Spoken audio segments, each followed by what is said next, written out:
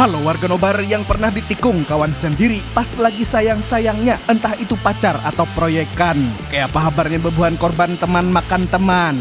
Kembali lagi bersama Mang Tobi, sang pengangguran profesional yang kali ini akan membawakan film heist legendaris yang ada Mamang Jason Statham pas masih muda dan ganteng banar seperti saya. Film ini cocok banar gasan menemani pian yang dompetnya tipis setipis tisu, tapi seleranya setinggi langit, pengen punya emas berkarung-karung kayak di film ini. So, tanpa berlama-lama lagi, siapkan mata, telinga, dan anu-anuan kalian semua. Mari kita nobar dan inilah The Italian Job. Film diawali dengan John, seorang pembobol brankas profesional yang baru saja membeli kalung mewah untuk putri kesayangannya, Stella. John menelepon Stella dari Venesia, Italia. Mendengar lokasi ayahnya, Stella langsung protes karena tahu ayahnya akan mencuri lagi. Namun, John meyakinkannya bahwa misi ini akan menjadi pekerjaannya yang terakhir sebelum pensiun dari dunia kriminal. Setelah itu, John bertemu dengan Charlie, seorang pencuri jenius sekaligus murid kesayangan. Dia juga merupakan satu-satunya anggota yang digadang-gadang akan menjadi penerusnya. Walau jarak usia mereka jauh, keduanya begitu akrab seperti bapak dan anak.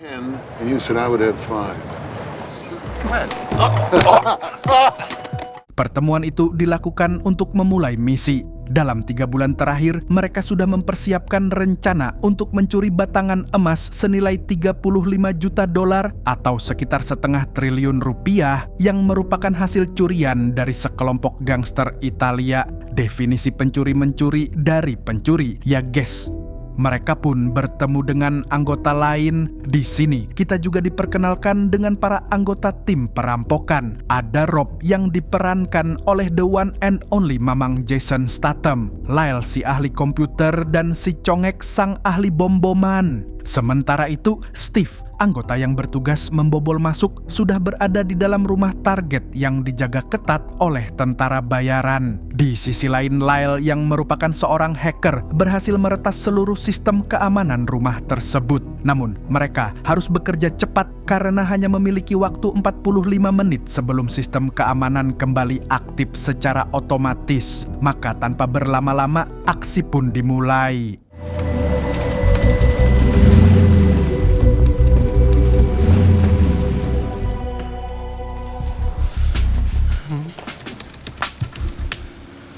Feet 5 inches from the north wall. Okay, Steve. Northwest corner of our baby.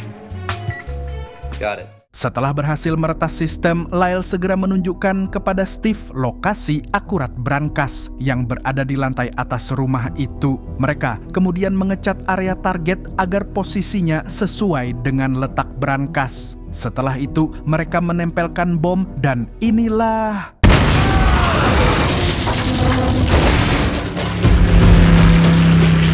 Mamang Jason Statham alias Handsome Rob langsung tancap gas kabur, sementara para gangster Italia segera mengejarnya. Terjadilah kejar-kejaran beradrenalin di sungai Venesia.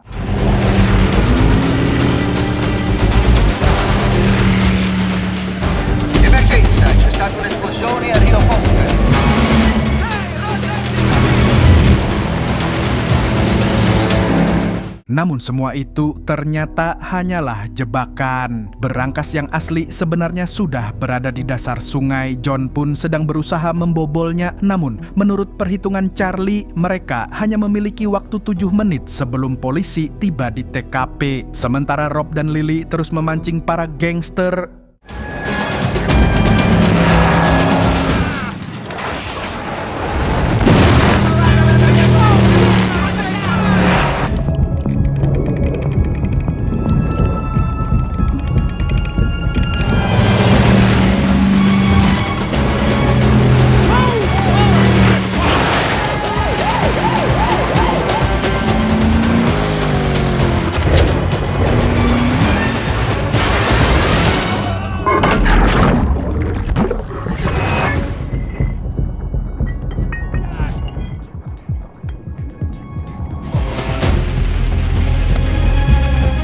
Berkat kerjasama yang solid, akhirnya mereka berhasil mengambil emas batangan bergambar penari Bali dan kabur dengan cara ini.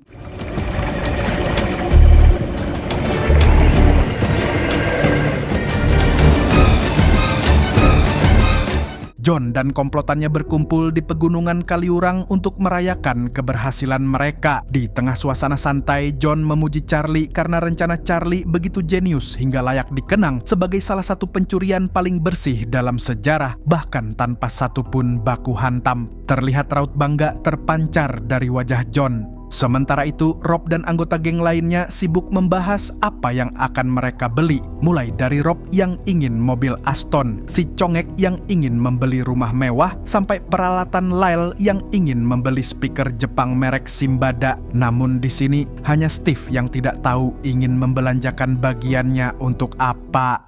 What about you, Steve? I don't know. I haven't decided yet. Cool with everything for Steve then. Boy. Sementara John dan Charlie berbincang empat mata, John mengungkapkan bahwa aksi tadi adalah misi terakhirnya. Ia bertekad pensiun dan menghabiskan lebih banyak waktu bersama putrinya Stella. Sebelum menutup pembicaraan, John memberi nasihat untuk Charlie agar tidak terjebak di dunia pencurian, menikmati hidup selayaknya orang normal bersama pasangan. I love you, kid. You did really great. Thanks, Jim.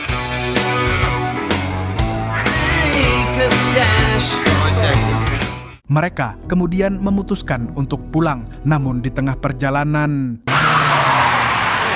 No. Steve, what the hell are you doing? Steve!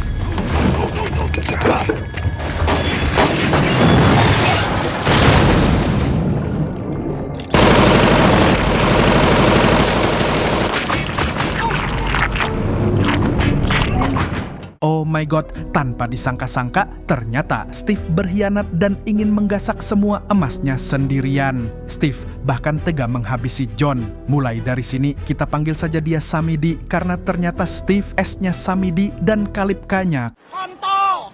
Maaf tadi ada petasan pemirsa. Samidi akhirnya pergi setelah mengira mereka semua mati setelah melihat mayat John yang mengambang. Padahal Charlie and the gang berhasil selamat dengan terus menghirup oksigen sampai situasi benar-benar aman. Loh!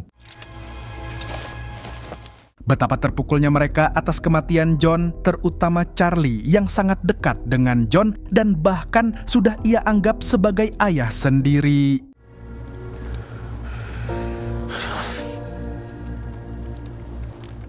1 tahun kemudian, sejak tragedi, kita diperlihatkan dengan Stella yang sedang berusaha membobol sebuah brankas. Rupanya, buah jatuh sejatuh sepohon-pohonnya. Stella memiliki bakat yang sama seperti mendiang ayahnya, John. Bedanya, ia menggunakan kemampuannya untuk membantu polisi membuka barang-barang bukti. Sejak kematian ayahnya, Stella membuka usaha jasa buka tutup brankas untuk mencari nafkah. Saat pulang, Stella dikejutkan oleh kehadiran Charlie yang tiba-tiba muncul di rumahnya. Tanpa basa-basi, Charlie langsung menjelaskan maksud kedatangannya. Ia ingin mengajak Stella membalas dendam. Berdasarkan informasi orang kepercayaan Charlie, Samidi masih menyimpan emas batangan di sebuah brankas. Charlie dan tim berniat mengambil semuanya kembali sekaligus membalaskan dendam menghabisi Samidi. Untuk itulah ia membutuhkan Stella, ahli brankas yang konon bisa membuka semua jenis brankas. Namun Stella menolak meskipun Charlie menjelaskan bahwa Samidi menggunakan brankas dengan tingkat keamanan maksimal yang hanya bisa dibuka Stella. Gadis itu tetap bersikeras. Been checking out the databases of some high-end safe companies. Look, I'm a professional safe and vault technician. I'm not a thief. Namun malam harinya Stella mulai galau. Ia memikirkan kembali pembicaraannya dengan Charlie. Rasa cintanya pada John membuat ia sadar bahwa jauh di lubuk hati ia juga ingin membalas kematian ayahnya. Setelah merenung cukup lama, Stella akhirnya menerima tawaran Charlie dan bersedia bergabung dalam misi itu. Stella ingin melihat langsung ekspresi Samidi ketika emas-emasnya dicuri kembali. Mendengar keputusan tersebut, Charlie sangat senang karena kini mereka punya pembobol brankas paling andal yang bisa diharapkan. He took my father from me. I'm taking this.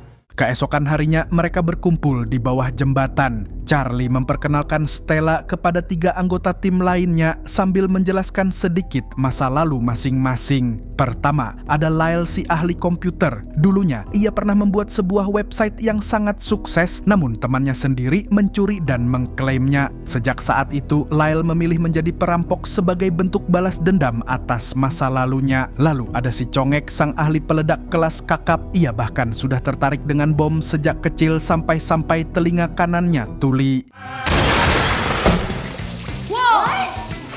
Dan sejak saat itulah ia dipanggil si Congek. Terakhir ada Handsome Rob, mantan pembalap jalanan kesayangan warga nobar semua yang pernah menjadi buronan internasional. Ia bahkan pernah sengaja memancing polisi demi memecahkan rekor pengejaran terlama. Aksi itu disiarkan di TV dan membuat 1001 wanita mengirim surat cinta kepadanya. Anjay. Memang sadis ketampanan mamang botak kecintaan kita. Sementara itu, Charlie juga memberitahu bahwa sejak kecil ia memang sudah berbakat mencuri dan bisa mengoordinasi teman-temannya. Bakat yang akhirnya membawanya ke dunia perampokan profesional. Online. IDs? Guys, come on, we'll leave tomorrow, right? Let's go. Esok harinya mereka mulai melakukan persiapan. Rob lebih dulu mengukur waktu tempuh dari rumah Samidi menuju stasiun kereta Union yang terkenal macet seperti Jakarta. Jika jalanan lancar dan lampu hijau terus menyala, perjalanan hanya memakan waktu sekitar 14 menit. Karena itulah Charlie meminta Lyle untuk meretas sistem lalu lintas kota agar saat kabur nanti semua lampu berubah hijau dan Rob bisa melaju tanpa hambatan. Sementara itu, Charlie dan Lyle memantau rumah Samidi untuk mencari celah. Si Jamet 1 itu memasang sistem keamanan super ketat, pagar baja, kamera di mana-mana, dan 2 anjing galak yang lebih galak dari cewek PMS. Melihatnya, Charlie langsung meminta Lyle mencari cara untuk meretas seluruh sistem tersebut. But you couldn't get through traffic? But if we had green lights all the way, we can do it in 14 minutes. What's your guess? See what I can do. Di sisi lain, Samidi rutin menjual 1-2 batang emas kepada seorang perantara bernama Bambang. Namun malam itu ia terlihat kesal karena harga emas yang ditawarkan jauh dari ekspektasinya. Sebelum pergi, Samidi memperingatkan Bambang agar menaikkan harga. Guess I'm not walking as far as I thought. I'm sorry, I can only buy. Bersamaan dengan itu, Charlie menemui Stella yang sedang berlatih membuka brankas. Ia menjelaskan bahwa mereka membutuhkan denah rumah Samidi untuk menemukan lokasi brankasnya. Untuk mendapatkan itu, rencananya mereka akan memutus jaringan TV dan internet rumah Samidi. Kemudian Stella masuk menyamar sebagai teknisi. Charlie dan anggota lain jelas tidak mungkin melakukannya mengingat Samidi percaya bahwa mereka sudah mati. Dan tanpa pikir panjang, Stella langsung menyetujui rencana tersebut. Keesokan harinya, Rob dan Lyle mulai mengintai perusahaan teknisi TV kabel. Mereka memotret mobil van layanan, seragam teknisi, hingga perlengkapan yang biasa digunakan. Rob kemudian memanfaatkan aura buaya dan rayuan mautnya untuk mendekati pegawai wanita. Begitu ada celah, ia segera menyalin bentuk kunci mobil layanan teknisi dan membuat duplikatnya. Kunci duplikat itu kemudian diberikan kepada Stella yang sudah mengenakan seragam teknisi dan bersiap berangkat ke rumah Samidi.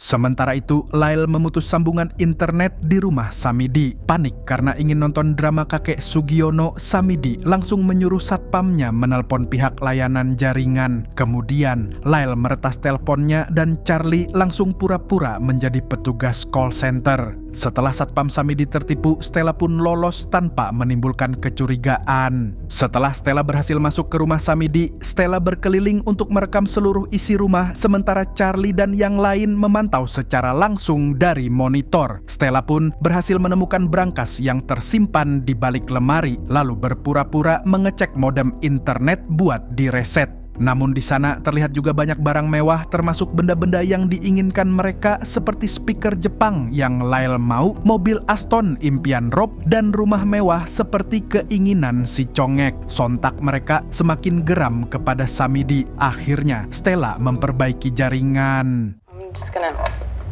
reset your system. Japan. Oh, ternyata selain memiliki kelakuan yang sangat keji dan wadidaw, Samidi dengan lancang merayu Stella dan mengajaknya makan malam. Awalnya Stella menolak, tetapi karena ini merupakan peluang besar untuk menjebaknya dan demi kelancaran misi, ia akhirnya berpura-pura tertarik dan menerima ajakan tersebut. It's just dinner. Mulai dari situ, Charlie and the Gang menyusun rencana dengan lebih detail. Mereka menyiapkan mobil Mini Cooper untuk mengangkut emas. Rencananya, emas-emas itu akan dimasukkan ke mobil Mini Cooper milik Stella yang ukurannya kecil dan ideal melewati lorong rumah Samidi yang lebarnya hanya sekitar 1,8 meter.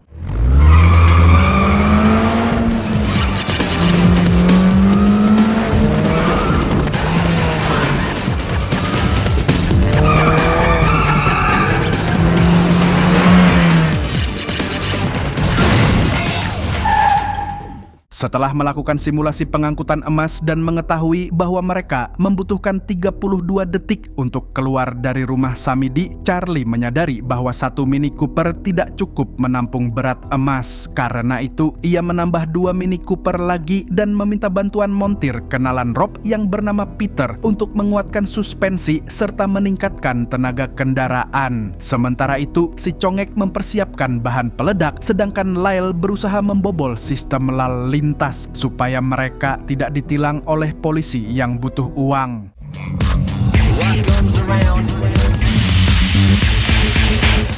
Oh, that's cold. Damn, that's cold.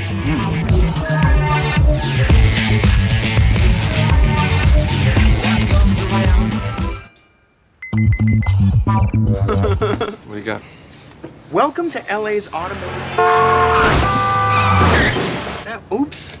Wow, but it's awesome. Is that not awesome? Can you change it back? We ride now, Charlie.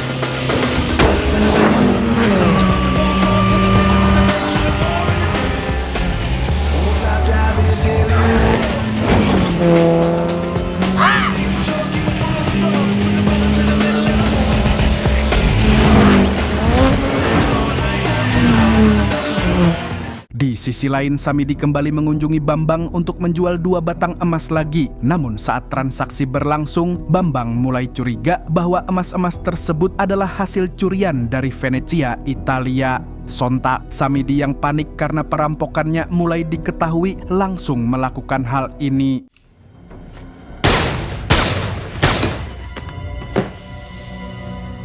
Tak lama kemudian, sepupu Bambang, seorang mafia Ukraina bernama Maskov, datang dan terkejut mendapati sepupunya sudah tewas. Di sisi lain, Charlie dan si Congek mendatangi kenalan lama Charlie bernama Maui, seorang penyedia barang-barang langka dari pasar gelap. Di sana, mereka memesan berbagai bahan kimia untuk membuat peledak. Kemudian, kita diperlihatkan Maskov yang murka karena sepupunya Bambang ditembak mati. Sebagai keluarga, Maskov berniat membalaskan dendam tersebut. Dari keterangan saksi di toko Bambang, Maskov mengetahui bahwa sebelumnya ada pria berbadan super besar dan berambut panjang menanyakan soal emas milik Samidi. Maskov dan anak buahnya langsung sadar bahwa orang itu adalah Maui. Mereka pun segera mendatanginya. Terdesak saat diinterogasi, Maui akhirnya mengaku bahwa ia menanyakan soal emas tersebut karena diminta oleh Charlie. Di waktu yang sama, Charlie and the Gang bersiap masuk ke rumah Samidi. Namun apesnya, tetangga Samidi justru sedang mengadakan pesta sunatan. Tamu undangan yang membludak membuat misi mustahil dilakukan. Jelas saja, jika tetap dipaksakan akan ada terlalu banyak saksi mata yang melihat. Untuk sementara, Stella tetap pergi berkencan dengan Samidi sebagai bagian dari rencana, dengan harapan bisa memancing agar Samidi mau bertemu lagi. Setelah makan malam selesai, tanpa sadar Stella mengucapkan kalimat yang dulu sering diucapkan ayahnya, John. Seketika Samidi teringat bahwa John memiliki anak perempuan seumuran Stella.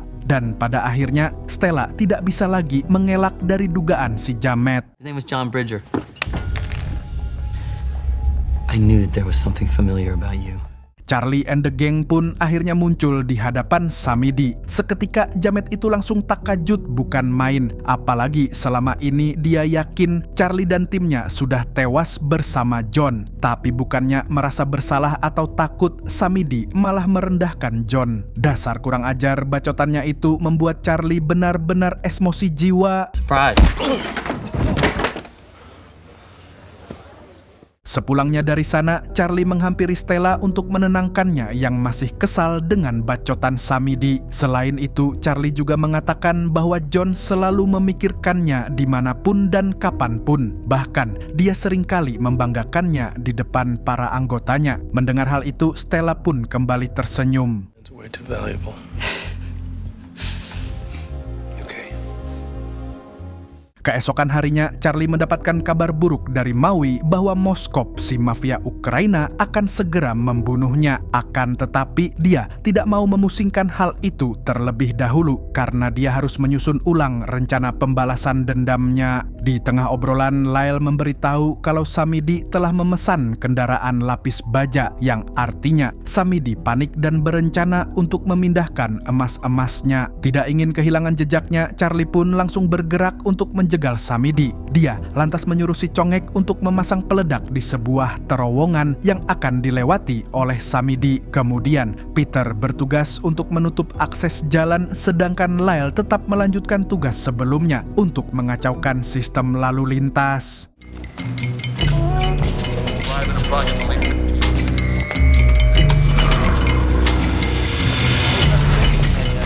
We're in position, everything's quiet, Charlie.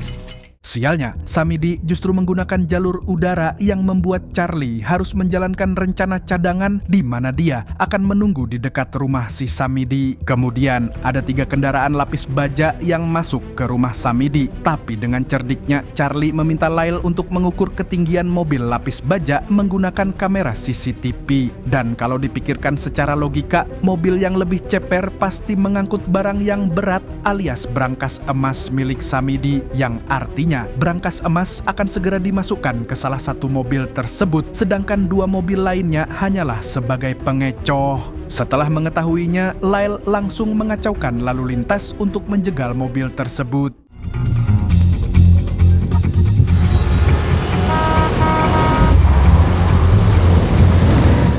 Melihat kekacauan itu, Samidi pun mulai mencari cara untuk menggagalkan rencana Charlie. Namun Charlie dan kawan-kawan terus melancarkan aksi mereka. Ketika mobil lapis baja nomor 128 melewati 3 Mini Cooper mereka, Charlie dan tim langsung tancap gas menuju stasiun terdekat. Tepat saat kereta baru masuk, mereka harus mendahului kereta dan masuk ke rel sebelum kereta bergerak kembali. Lyle kemudian mematikan sistem kereta untuk menutup jalur dan mengamankan area.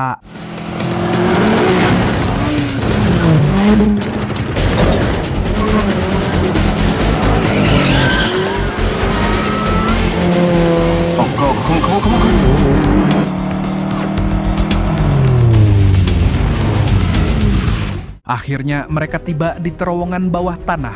Charlie and the gang pun langsung bersiap menjalankan rencana. Tanpa membuang waktu, si Congek segera mengaktifkan bomnya.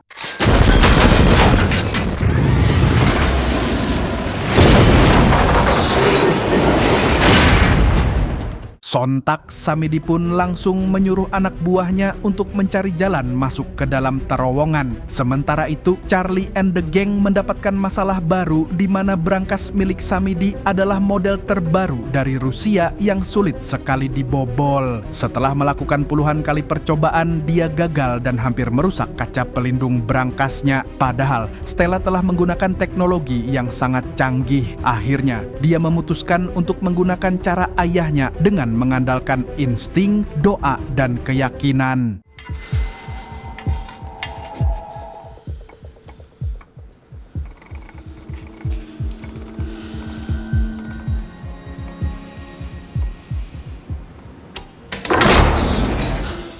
Tanpa buang-buang waktu, Charlie dan kawan-kawan pun memindahkan semua emas ke dalam mobil. Tapi sialnya, anak buah Samidi berhasil menemukan jalan menuju terowongan. Mau tak mau, Charlie and the gang harus segera pergi.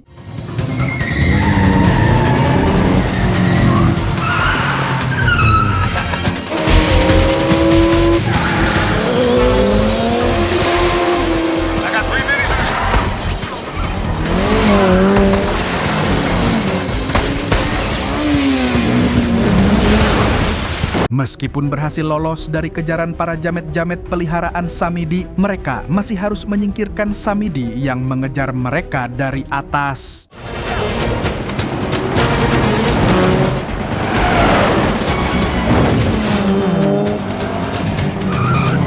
going.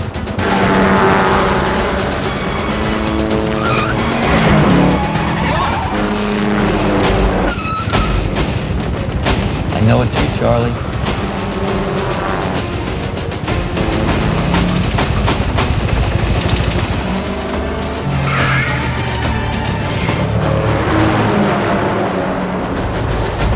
Nice move, Steve.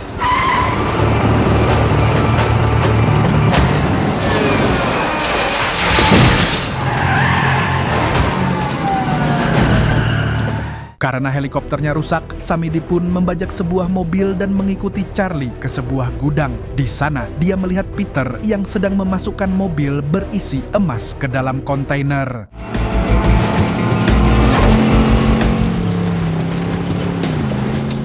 Samidi yang mulai kehabisan akal akhirnya mendekati Peter secara diam-diam lalu menyogoknya dengan $5.000 Amerika agar dia boleh masuk ke dalam kontainer. Peter pun menerima uang tersebut. Tapi ternyata itu adalah sebuah jebakan Batman yang sudah disiapkan oleh Charlie. Tidak hanya itu, Charlie juga ternyata bekerja sama dengan mafia Ukraina dan telah mengatakan bahwa pembunuh sepupu Moskov alias si Bambang adalah Samidi. Akhirnya, si Samidi pun terpojok dan tidak bisa berbuat apa-apa lagi. Sebelum menyerahkannya pada mafia Ukraina, Stella memutuskan untuk membalas dendamnya dengan memberi Samidi salam cinta. Akhirnya, mereka bisa membalaskan dendam atas kematian John dan berhasil mencuri emas yang dicuri Samidi dari pencurian mereka yang mencuri emas curian. Di akhir film, Charlie dan kawan-kawan menggunakan uang hasil penjualan emas untuk mewujudkan mimpi masing-masing. Rob menggunakannya untuk membeli mobil Aston impiannya, sedangkan si Congek akhirnya membangun rumah di Spanyol. Di sisi lain, Lyle menggunakannya untuk membeli speaker Jepang incerannya. Sementara itu, Charlie memilih untuk menghabiskan sisa hidupnya bersama Stella.